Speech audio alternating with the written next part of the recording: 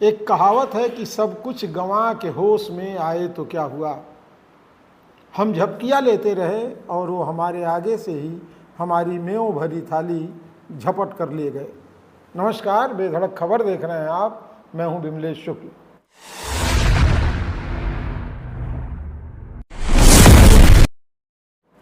मैं बात कर रहा हूं साइबर खतरों की, साइबर क्राइम की।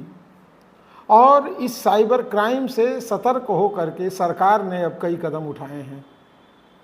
सरकार ने तय किया है कि राज्यों में साइबर कमांडो की विशेष शाखाएं स्थापित की जाएंगी और 5 साल में 5000 साइबर कमांडो तैयार किए जाएंगे।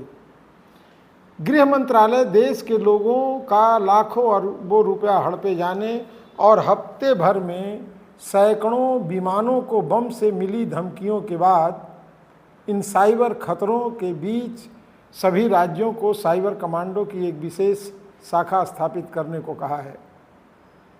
बढ़ते साइबर खतरों और साइबर क्षमताओं को बढ़ाने के बाद भारतीय साइबर अपराध समन्वय केंद्र की ओर से यह निर्णय लिया गया है।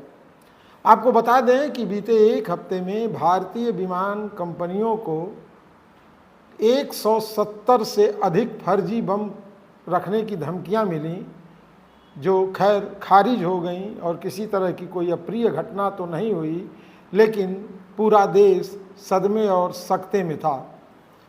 अधिकांश सोशल मीडिया पर मिली VPN यानी वर्चुअल प्राइवेट नेटवर्क या फिर डार्क वेब ब्राउज़र का इस्तेमाल करके इस तरह की 170 से अधिक धमकियां कई विमान कंपनियों को दी गईं और उन विमानों की संख्या 170 से अधिक रही जिन्हें एक हफ्ते के अंदर बम होने की जानकारी दी गई थी।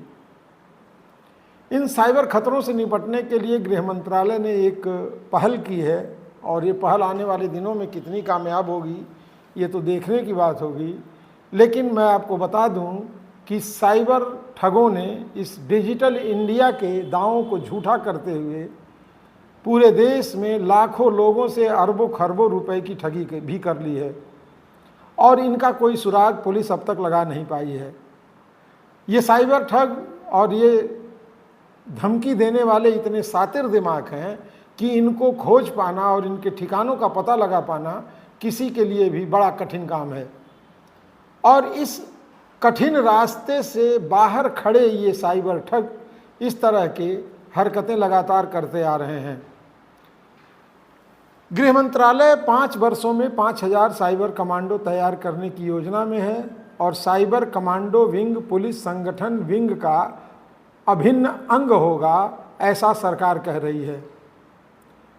इसे राष्ट्रीय संसाधन भी माना जाएगा, जो गृह मंत्रालय के निर्देश के बाद खुलासा हुआ है। सरकार अब बहुत देर से जगी है।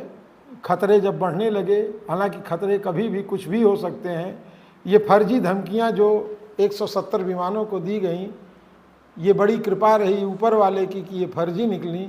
लेकिन अगर इसमें से एक भी धमकी सही साबित होती तो आप अंदाज़ा लगा सकते हैं कि कितना बड़ा खतरा हो सकता था।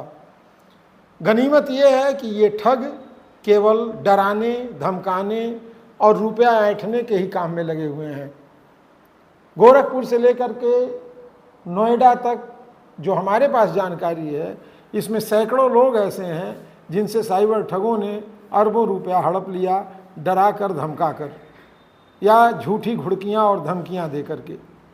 और उसके बाद ये करीब 9-10 दिनों में 170 से ज़्यादा विमानों को उड़ाने की धमकी दे करके ये सुर्खियां बटोरने लगे।